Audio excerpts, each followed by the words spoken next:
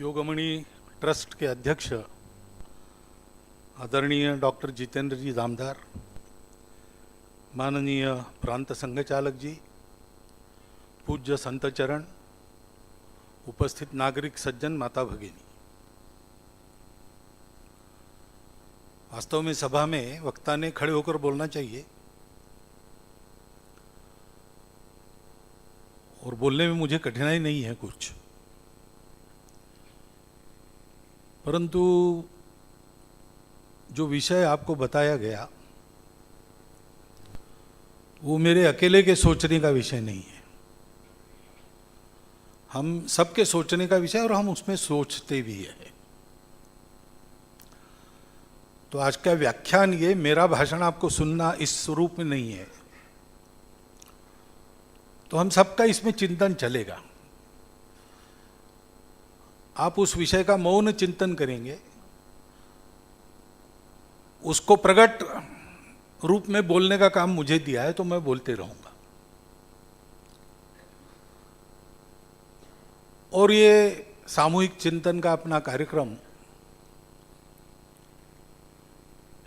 जिस व्याख्यान माला के सूत्रपात के नाते हो रहा है, वह व्याख्यान माला ज्ञान, कर्म और भक्ति की त्रिवेणी, ऐसा जिनको कह सकते हैं, ऐसा माननीय डॉक्टर स्वर्गीय उर्मिलाताई जामदार जी के स्मृति में हो रहा है।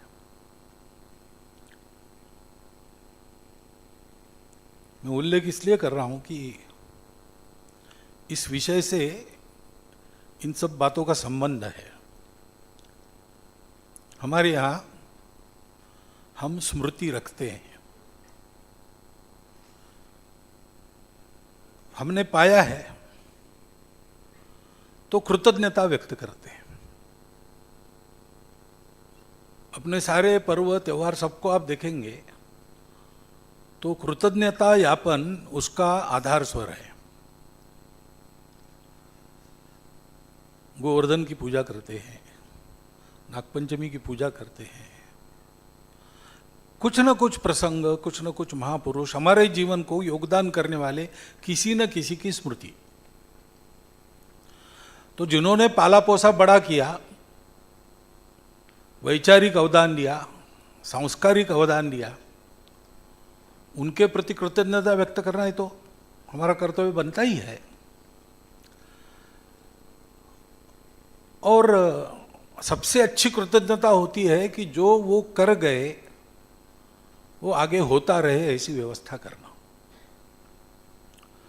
इस दृष्टि से ये जो सोचा गया है वो बहुत औचित्यपूर्ण रीति से इसको किया है कि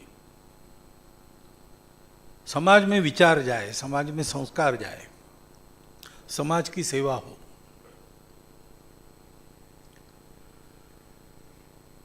तो समाज में कौन सा विचार जाना चाहिए? हम भारत के लोग हैं। भारत एक उदयोन्मुख ऐसा माना जाता है आज की परिस्थिति में। भारत से अपेक्षा है, भारत विश्वगुरु हो, ऐसा सब लोग चाहते हैं। चाहकर भी कुछ लोग अपने स्वार्थ के चलते उसमें अड़ंगे डालते हैं।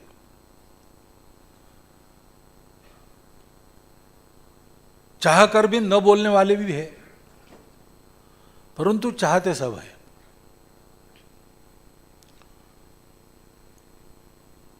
तो इस भारत को ऐसा उठना है तो सोच सकने वाले भारत के जनों ने ये सोचना आवश्यक है ये कैसा होगा।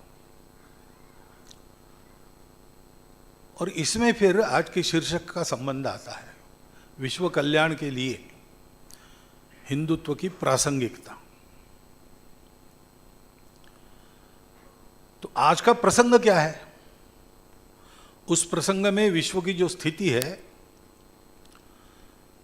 तो हम कह रहे हैं विश्व कल्याण के लिए भारत की आवश्यकता, हिंदुत्व की प्रासंगिकता, परंतु क्या विश्व को कल्याण की आवश्यकता है? क्योंकि विश्व के विचारकों में ऐसी भी एक विचार की धारा चलती है कि हम तो पहले से बहुत अच्छे समय में जी रहे हैं। इतनी सारी बीमारियां थी, रोगराई थी, फटाफट लोग मरते थे, उपचार के लिए दवाइयां नहीं थी, ड्रग्स नहीं थे। आज जिनको हम सामान्य मानते हैं, टाइफाइड, कॉलरा, मलेरिया, वो आके करोड़ों लोगों को उठा के ले जाता था। आज एक से एक बीमारियों पर एक से एक इलाज भी है। विज्ञान के प्रयोग के कारण और कितनी भौतिक सुविधाएं हुई है, आराम बढ़ा है जीवन का, सुख सुविधा बढ़ी है। उस समय तीर्थ यात्रा पर लोग जाते थे, पैदल जाना पड़ता था, जंगलों में से, रास्ते नहीं थे, सब प्रकार का भय रास्ते में रहता था। इसलिए जाते समय पूरा गांव विदाई देता था, पता नहीं वापस आएंगे कि नहीं। और अगर वापस आते थे तो उस आनंद में पूरे गांव को भोजन दिया जाता था। मराठी में उसके लिए शब्द है मावंद, मावंद घालने, ऐसा बोलते थे। क्योंकि एक असंभव सी बात, इन्होंने यात्रा पूरी करके वापस भी आ गए सुरक्षित। आज कहां कहां की यात्राएं हम कर लेते हैं। मानस सरोवर में सन्यासी योगी ही पैदल जाकर आते थे, आज तो सब लोग जा रहे हैं, शौकिया भी जा रहे हैं।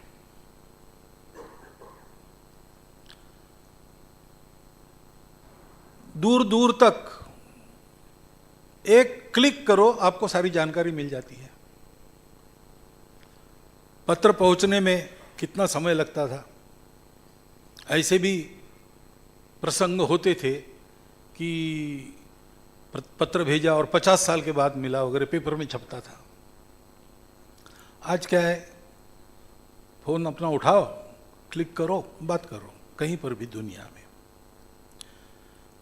तो वो लेखक कहता है, we are living in better times than before, there is no need to be afraid of future. अब बात तो सही है कि ये सब है, और भविष्य जैसा भी हो उसको घबरा के काम तो चलता नहीं, तो सकारात्मकता की ओर देखना चाहिए। परंतु ये प्रतिपादन सही है, लेकिन आधा है, पूरा नहीं है। जब किसी बात को विवाद में लाया जाता है, अपने पक्ष का मंडन करना है, तब उसके अनुकूल जो बातें उतनी केवल कहना, प्रतिकूल बातों को क्यों करना। डिबेट जीतना है। अश्वत्थामा मरा, हाथी की मनुष्य मालूम नहीं, ये कहना नहीं, कहना तो दबी आवाज में कहना। हाथी मरा ये बताना नहीं। ऐसा है, ये सब है। परंतु आज हम ये भी देखते हैं कि इतना सारा जगत सुविधा संपन्न है, भौतिक सुख संपन्न है, सुख संपन्न नहीं है।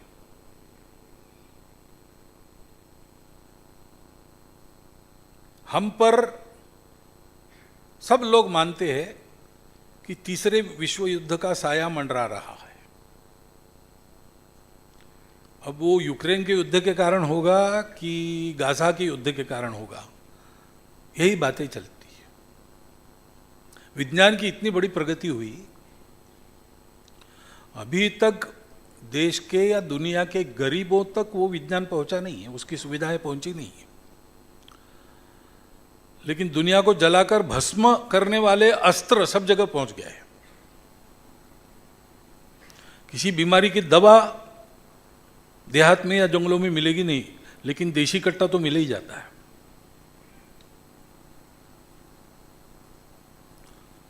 इतनी शिक्षा की प्रगति हुई है, स्मार्ट क्लास और क्या क्या कहते लोग, ये सब है। परंतु ये भी होता है कि बंदूक उठा के बच्चा अपने सहपाठियों को भून डालता है। पागलपन, परिवार विच्छेद, कलह तो मिटे नहीं, कट्टरपन तो गया नहीं।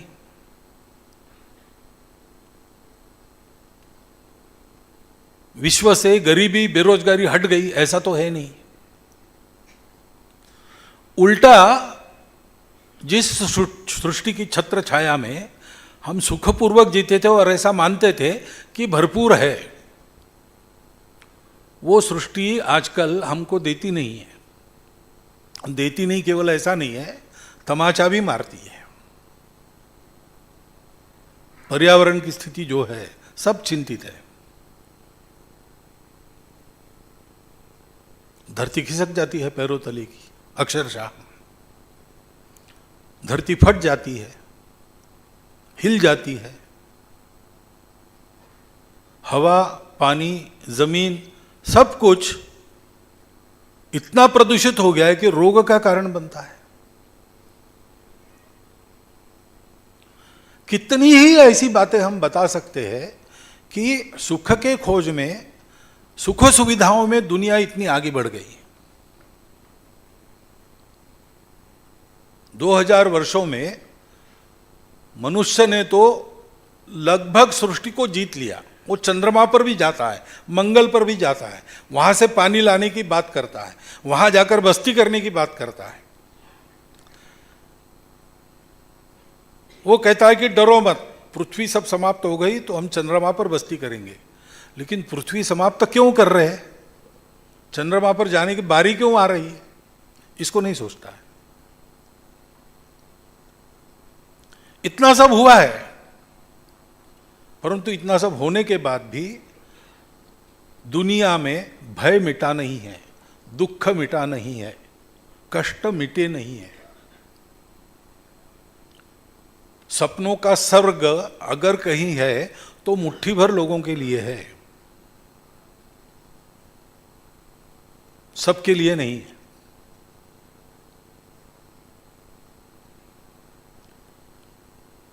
और अब दुनिया थक गई। 2000 वर्षों में कितने प्रयोग हुए?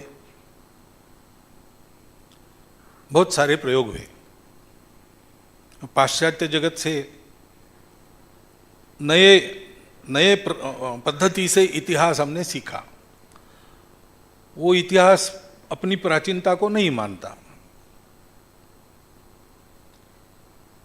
युग कल्पना वगैरह उनको कपोल कल्पित लगती है। लेकिन जितना वो मानते हैं उसमें भी ये है कि जंगल जंगल भटकने वाला मानव जब स्थिर हो गया और जंगल जंगल भटक रहा था, तब भी उसके ध्यान में आ गया कि अकेला मानव कुछ नहीं कर सकता, उसकी कोई ताकत नहीं है। मानव के पास बचाव का कोई साधन नहीं है, न सींग है, न नाखून है, न विष है, न कुछ है। उसके पास अगर बुद्धि नहीं होती तो मनुष्य कभी का समाप्त हो जाता। एक मच्छर भी तंग करता है मनुष्य को। मनुष्य की ताकत क्या है? कुछ नहीं है, लेकिन बुद्धि है, बहुत बड़ी ताकत है।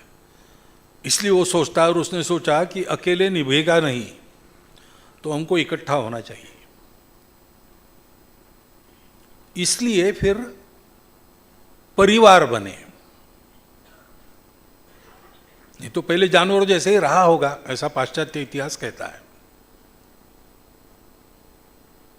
फिर कुटुंब बने, कुटुंबों के साथ कबीले बने।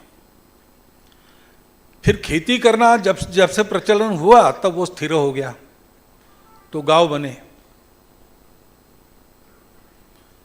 बस गए एक जगह तो जंगल जंगल भटकने में एक तो सुविधा है कि वो एक शेर है भटकने वाले लोगों के लिए, खुदा खुद करे खाना बदोशों की कार सामानी, रोज नया बिस्तर, नई मंजिल, नया खाना, नया पानी। ये तो सुविधा है, खत्म नहीं होता कभी। नए स्थान पर जाओ फिर से मिल जाता। लेकिन बस गए तो फिर आवश्यकताएं बढ़ गई, उसके लिए करने वाले परिश्रम बढ़ गए। तो फिर लोगों ने सोचा कि हमको साथ रहना है और साथ ठीक से रहना है, तो एक नेतृत्व करने वाला चाहिए, कबीले का प्रमुख चाहिए। तो किसी को प्रमुख बनाया, और प्रमुख बनाया है तो प्रमुखत्व का मान देना पड़ता है। तो पहला हिस्सा उसका ज़्यादा हिस्सा उसका। कुछ दिन ठीक चला, बाद में वो सबके हिस्से हड़पने लगा। तो फिर एक राजा चुना, अनेक कबीलों ने मिलकर, भाई अपना ये जनपद है, इसका एक प्रमुख है, कानून उसका चलेगा, और ये जो प्रमुख लोग मनमानी करते उनको वो दंडित करेगा। वो भी कुछ दिन अच्छा चला, लेकिन फिर वो राजा जुल्मी राजा हो गए। तो फिर कुछ ऐसे साक्षात्कारी महापुरुष निकले, उन्होंने कहा कि ये राजा काय का असली राजा है, तो हमने बनाया राजा है, असली दुनिया का राजा भगवान है, राजाओं का राजा वो है। वो कैसा है क्या है इसमें उनकी मति चलती नहीं थी, इसलिए उन्होंने उसके दूत को माना और ये कहा कि वो दिखता नहीं है और उसको देखो मत, उसका चित्र मत बनाओ, उसका नाम मत लो, वो है, सर्वोपरि है और सब कुछ उसी के अधीन है, उसकी मानकर चलोगे तो सब कुछ मिलेगा, यहां भी मिलेगा वहां भी मिलेगा। राजाओं को भी उसका मानना पड़ेगा तभी। तो फिर उसके दूत जो आए, उन्होंने जो व्यवस्था बनाई, उसमें धर्माचार्य बने। ये अपने शब्दों का उपयोग कर रहा हूं, धर्माचार्य नहीं कहते, धर्म शब्द अलग है और हमारे यहाँ आचार्य की भी कल्पना, राजाओं की भी कल्पना सब अलग है और एकदम विपरीत है उधर की।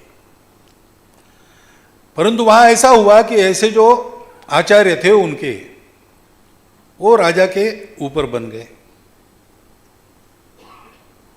फिर ऐसा भी होने लगा कुछ दिनों के बाद, कुछ दिन तो ठीक चला, लेकिन फिर ईश्वर के ये जो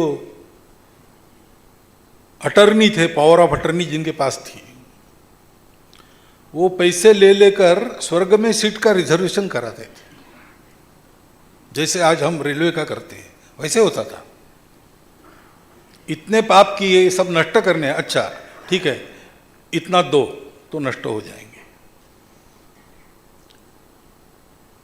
और फिर दूसरी एक बात हुई कि सत्ता, राजा भी, उसके पास भी सेना है, इनके पास भी धर्म श्रद्धा के कारण लोगों की सेना है, तो उनकी लड़ाइयां भी होने लगी।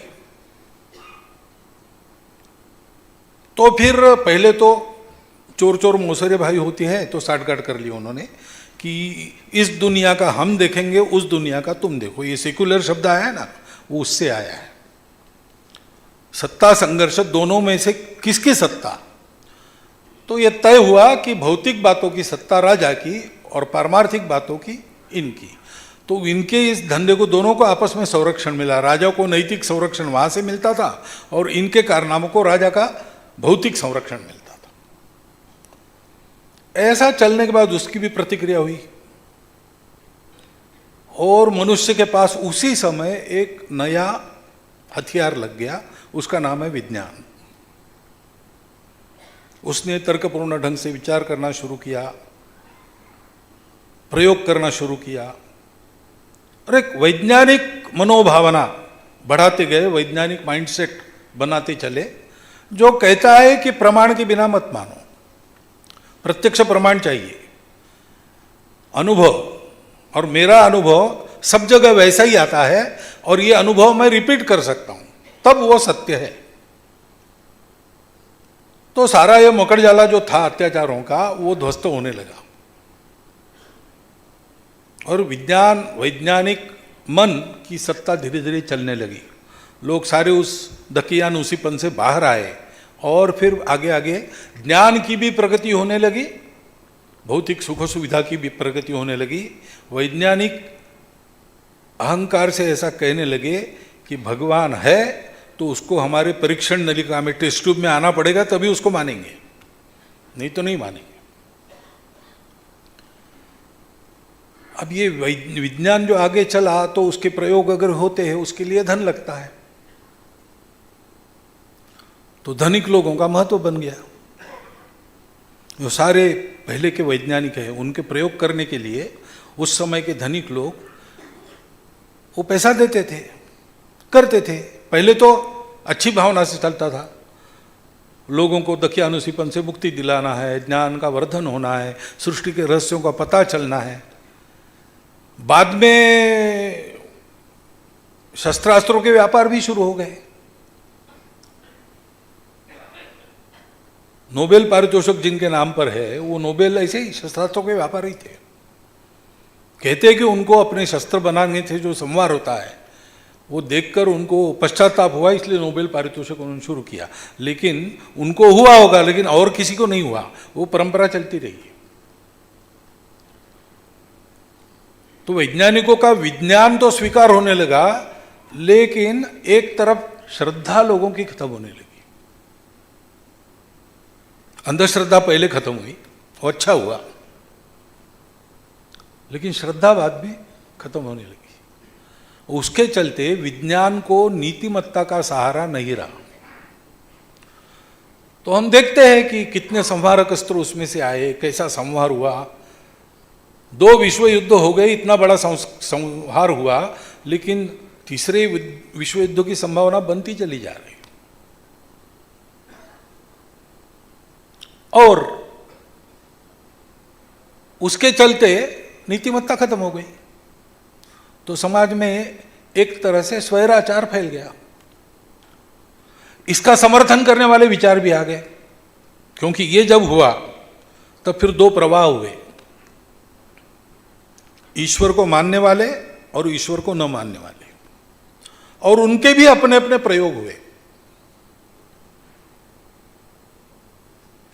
तो एक पक्ष था कि व्यक्ति के सुख के लिए सब है और व्यक्ति सुखी होना चाहिए, प्रत्येक व्यक्ति ने अपने को सुखी बनाना चाहिए, बाकी चिंता नहीं करनी चाहिए, क्योंकि कोई संबंध है नहीं। दुनिया का नियम यह है कि जो बलवान है वो जिएगा, जो दुर्बल है वो मरेगा। ये प्रकृति का नियम है। जो डोमिनेंट है वो जिएगा, जो रिसेसिव है, कम है, वो मरेगा।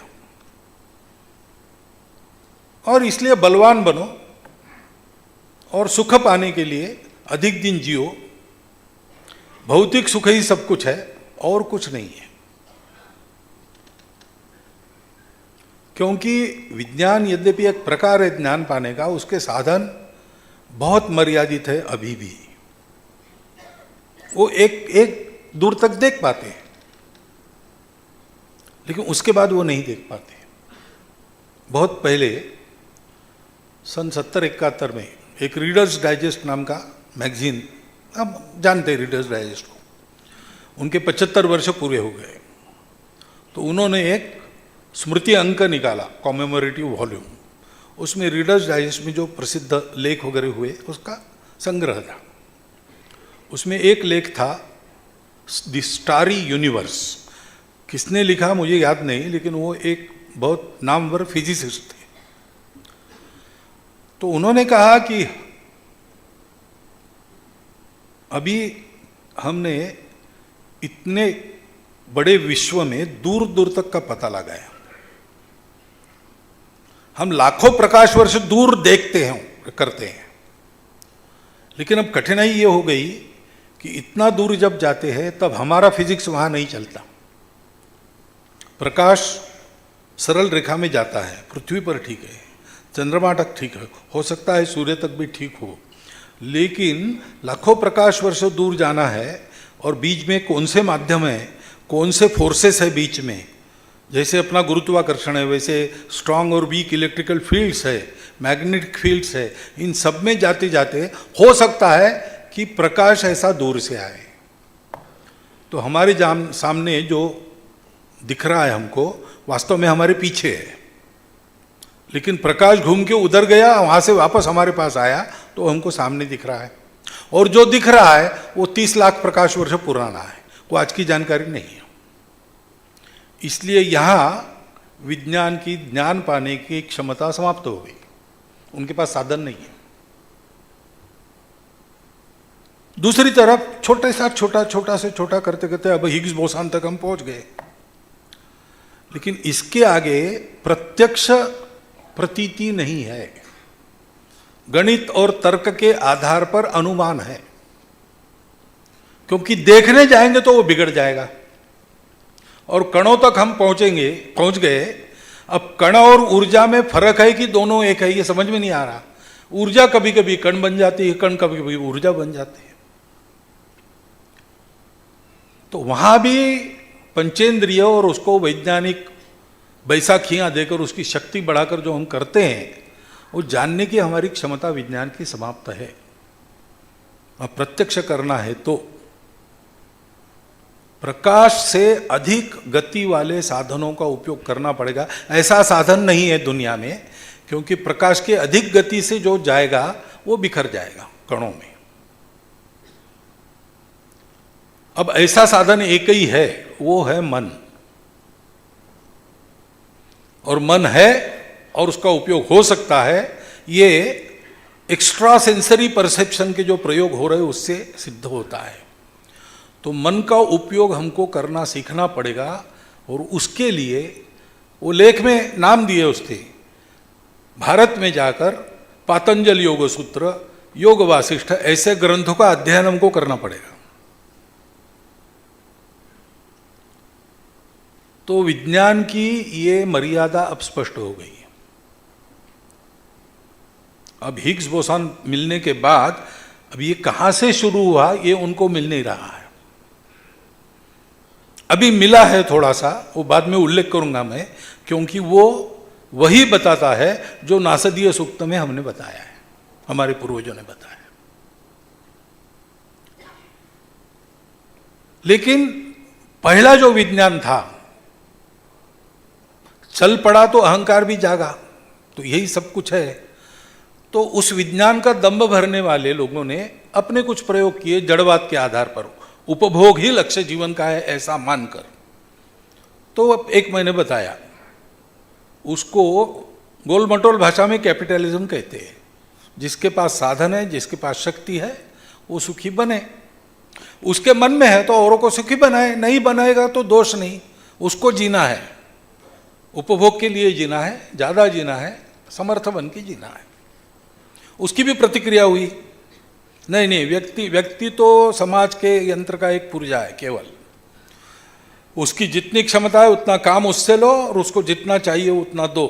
समाज प्रमुख है, समाज के मन के अनुसार चलेगा। तो समाजवाद, साम्यवाद ऐसे शब्द आ गए। वो समूह की सत्ता मानते हैं। लेकिन समूह कैसे सत्ता करेगा? जबलपुर को चलाना है, जबलपुर की सारी जनता चला नहीं सकती। बहुत ज़्यादा अन्न बनाने वाले हैं तो बिगड़ जाता है खाना। Too many cooks spoil the food, ऐसा कहते हैं। तो ये स्वघोषित उस जनता के प्रतिनिधि, जनता यानी उनकी प्रतिनिधि पार्टी है। लेकिन पार्टी में भी बहुत लोग होते हैं। तो पार्टी यानी पॉलिट ब्यूरो है या सर्वोच्च उनकी समिति है। उस समिति में भी क्योंकि जो बलवान है वो करेगा, तो जो सबसे बलवान है वो करेगा। तो अंत में वो डिक्टेटरशिप हो जाती है। समाज के अनुसार चलना चाहिए, ये एक व्यक्ति बताता है और समाज पर उसका हुक्म चलता है। अब ये भी प्रयोग सारी दुनिया में हो गए, कहीं भी सुख नहीं मिला है, समाधान नहीं है, संतोष नहीं है, दुर्वस्था दूर नहीं हुई, लोगों के मन शांत नहीं हुए। 2000 वर्षों में इतने सारे प्रयोग हुए, सब के सब फेल हो गए। सारी दुनिया को एक करना है, सारी दुनिया का एक होना चाहिए, और इसलिए भूल जाओ, अपनी परंपरा भूल जाओ, सब कुछ भूल जाओ, एक साचा हमने बनाया है उसमें बैठो।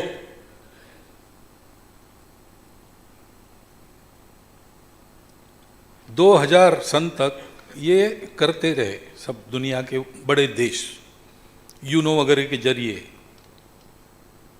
2005 में उनको कहना पड़ेगा कि हम गलत थे, कहना पड़ा उनको कि हम गलत थे, ऐसा नहीं है। एक ही मॉडल सर्वत्र नहीं चलता, हर एक देश का अपना मॉडल बनना चाहिए, और जो अपनी परंपरा वगैरह उसका महत्व है उसको नजरअंदाज नहीं किया जा सकता। तो अभी विश्व की स्थिति ये है कि सब कुछ उनके साथ में है, साधन बहुत है, ज्ञान असीम है, परंतु रास्ता नहीं मिल रहा है। और उनकी अपेक्षा भारत से है, क्योंकि भारत की परंपरा में, भारत का एक कालखंड महाभारत युद्ध के पहले का ऐसा रहा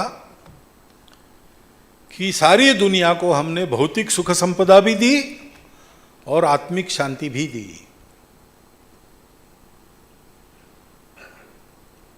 उसके बाद जो पंथ संप्रदाय दुनिया में आए, उनके पहले के जो लोग आज है, मोटा मोटी उसको कहते हैं pre Christian, pre Islamic traditions. उनको हम देखते, उनके लोगों से बात करते, उनकी परंपरा क्या है सुनते, तो वो भारत से मिलती है।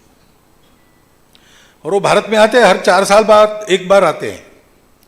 43-45 देशों से ऐसे लोग, उनको दबाया गया, उनको प्रताड़ित किया गया, उनके कत्लेआम हुए, आज भी भय के साये में जी रहे, लेकिन आते हैं भारत में और यहां आकर कहते हैं हम अपने घर में आए, ऐसा हमको लगता है। उनके सांस्कृतिक मूल्य अपने जैसे ही है, उनके पूजा विधि वगैरह अपने जैसे ही है, कई लोगों की भाषाओं में संस्कृत के शब्द है, सारी दुनिया में है, ये सभी महाद्वीपों में है। तो एक समय था कि हमने सारी दुनिया को इस प्रकार एक पाथेय प्रदान किया है, लेकिन कहीं किसी को जाके जीता नहीं है, किसी को गुलाम नहीं बनाया है, किसी को अपनी कार्बन कॉपी नहीं बनाया है। और आज इसके कारण सारे देशों में, इन लोगों में भी और आज जो लोग हैं उनमें भी हमारे प्रति आदर है।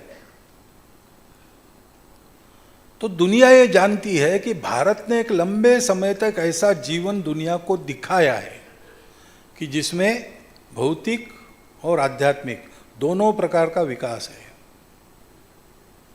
और केवल भौतिक संपत्ति नहीं है, मन का समाधान भी है। तो वो चाहते हैं कि हमने देना है, तो हमने जो देना है वो हमको पता है कि ये दूसरा सवाल आता है, क्योंकि ये एक तरफ कहते हैं तब वो भी कभी कभी प्रश्न करते हैं, और हमारे मन में भी आता है कि ऐसा सब था तो हम आज ऐसे क्यों हैं। इतनी बड़ी बड़ी बातें हम करते हैं, हम तो 1000 साल तक मार खाते रहे। अब स्वतंत्रता पाकर इतने वर्ष हो गए, हमारे साथ इस्राएल स्वतंत्र हुआ, हमारे साथ जापान संकट से बाहर निकला, वो कहां पहुंच गए और हम कहां हैं। रेगिस्तान का इस्राएल, अपना सब कुछ छोड़कर वहां लोग आए, अब उन्होंने रेगिस्तान में खेती करके नंदनवन बना दिया। उनके शस्त्रास्त्रों की धाक है, उनके आदमी को हाथ लगाया तो हाथ टूट जाता है।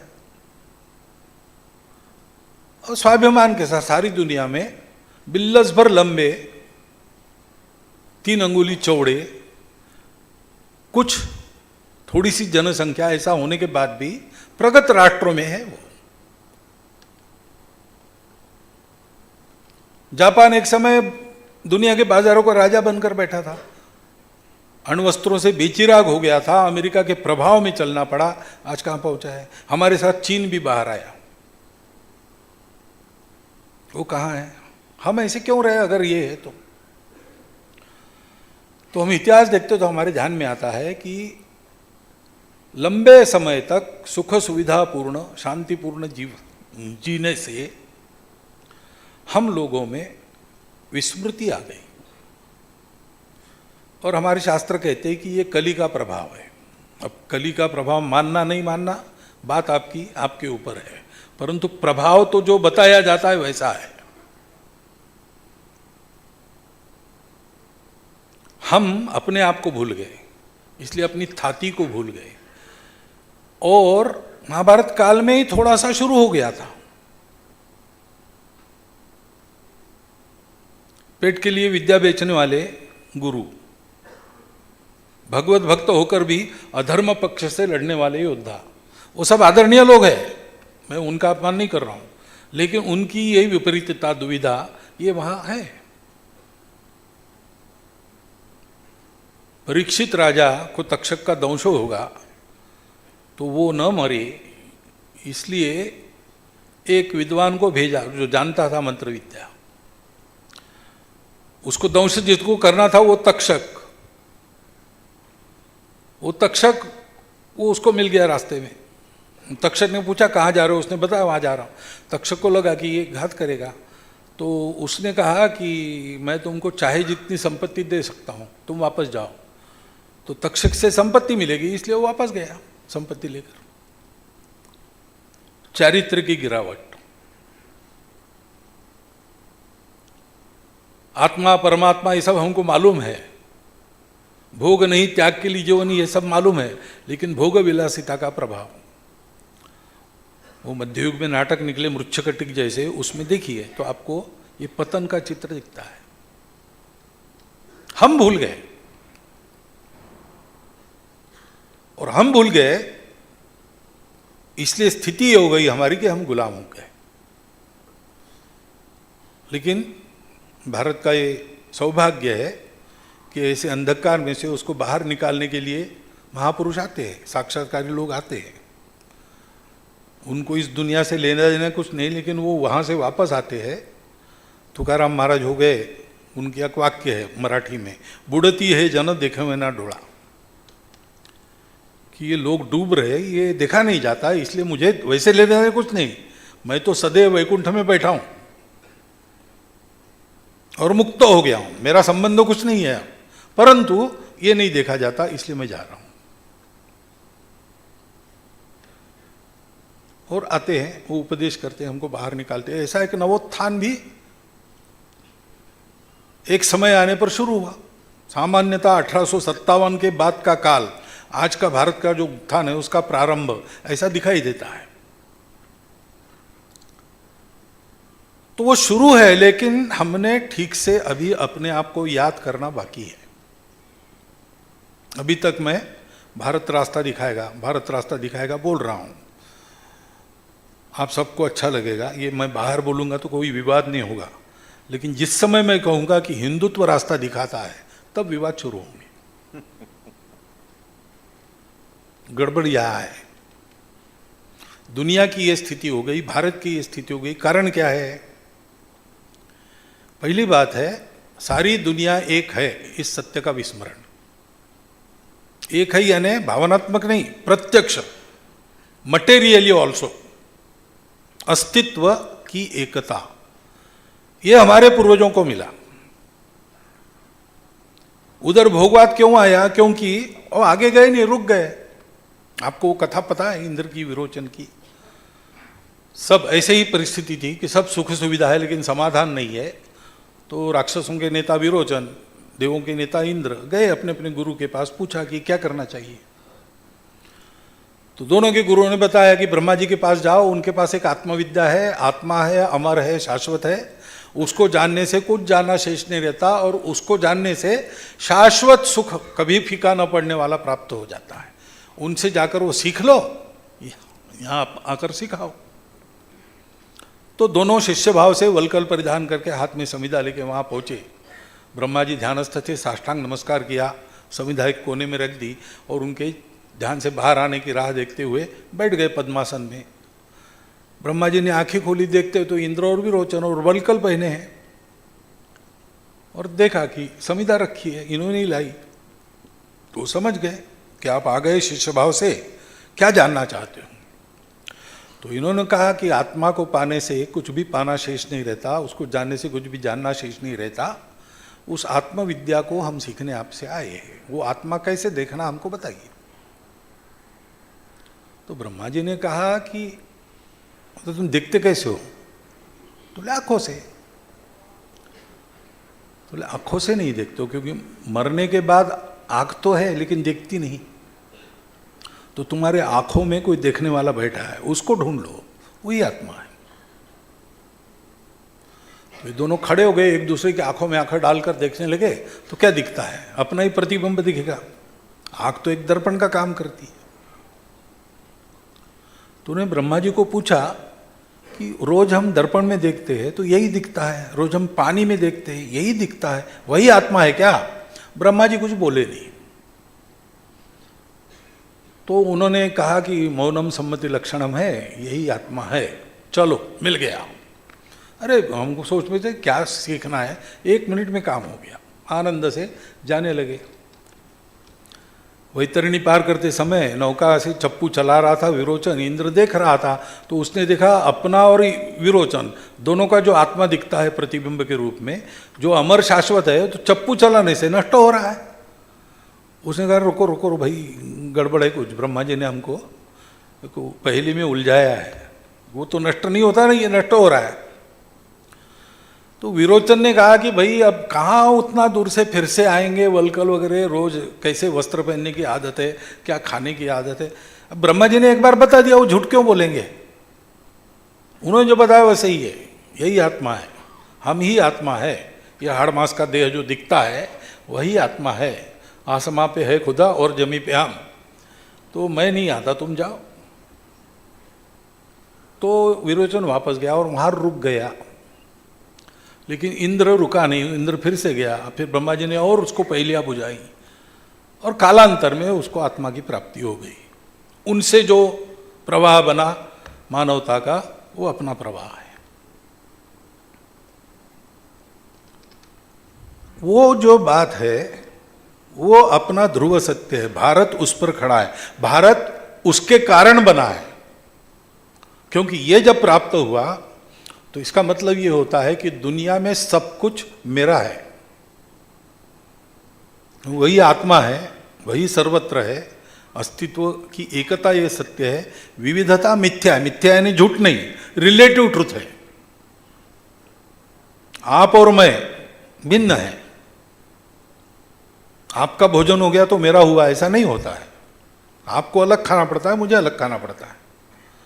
लेकिन पुत्रों ने खा लिया सब, माता के लिए शेष नहीं रहा, तो माता कहती है कि आपका पेट भर गया, मेरा भोजन हो गया। तो आपको अलग खाना पड़ेगा, मुझे अलग खाना पड़ेगा, एक हद तक सत्य है, उसके बाद नहीं है। उसके बाद दूसरा सत्य कि आपने खाया, मेरा पेट भर गया, ये मिथ्या है। तो ये दुनिया मिथ्या है, ब्रह्म सत्यम जगन मिथ्या है। ने दुनिया है, उसमें से हमको जाना है। और इसलिए अपने यहां कहा कि जब तक इसमें हो तब तक इसका भी व्यवहार करना सीखो। ये है अनात्मा, इसको जानना अविद्या है, लेकिन ये आवश्यक है। उसी में लगे रहोगे तो अंधकार में फंसोगे, और केवल विद्या, केवल आत्मा के पीछे दौड़ोगे तो उससे ज्यादा गहन अंधकार में पड़ोगे। इस अविद्या से इस दुनिया में कैसे रहना, मृत्यु से कैसे बचना, शरीर को ठीक रख के पूरी आयु सकर्म अनुभव लेते हुए, सीखते हुए जीना, ये करो। और विद्या का व्यासंग करके अमरत्व को प्राप्त करो। अविद्यया मृत्युम तीर्थवा मृद्ययामृतम अश्नुते। एक है हम सब, ये कहने के बाद ये संतुलन आ गया। सारे पश्चिम के विचार में या सारे बाहर के विचार में एक अतिवादिता है, एक्सट्रीमिज्म है, हम ही सही बाकी सब गलत। और अगर आपको भौतिक संपत्ति चाहिए तो आपको आत्मा नहीं मिलेगा, और अगर आपको आत्मा चाहिए भौतिक संपत्ति नहीं मिलेगी। आप शरीर हो, शरीर का सुख मन मार के कमाओ, कमाओ, पैसा कमाओ, अच्छा जॉब करो, साहब रोज गाली देता है तो भी जी हुजूर करो, मन मार के ये सब करना है। तो बुद्धि, विचार, विज्ञान, अध्ययन छोड़ दो। क्या करो, पैसा मिल रहा है, आराम से हो, अपने मालिक बन गए, बस। वैज्ञानिक बनना है तो पैसा नहीं मिलेगा, फिर ग्रांट मिलने के लिए इधर उधर जाना पड़ेगा ऑफिस में। ए प्री एग्जिस्टिंग कॉन्शियसनेस, पहले से जो था ऐसा एक क्या कहते हो संज्ञान था, केवल संज्ञान। वो जानता होगा अथवा वो भी न जानता होगा, इसी से नासदीय सूक्त समाप्त होता है। अभी विज्ञान वहां पर आया है।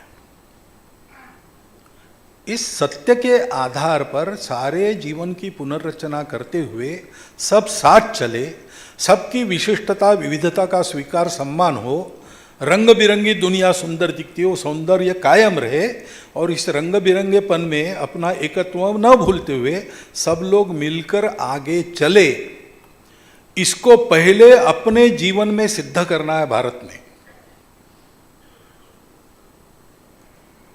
तब हम दुनिया को ये सारी बातें दे सकेंगे।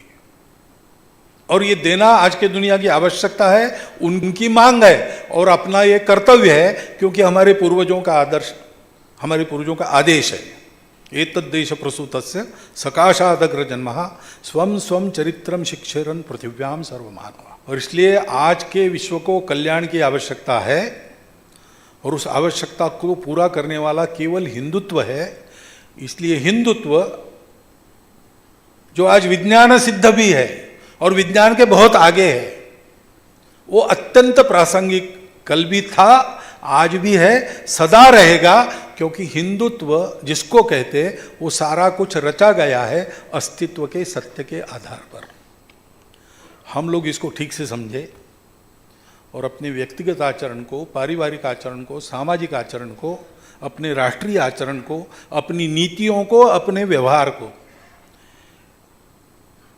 सत्य, शुचिता, करुणा, तपस की चौखट में ढाले, यानी धर्म की चौखट में ढालकर आज के समय में विज्ञान और अध्यात्म का समन्वय करके विद्या और अविद्या दोनों का उपयोग करते हुए हम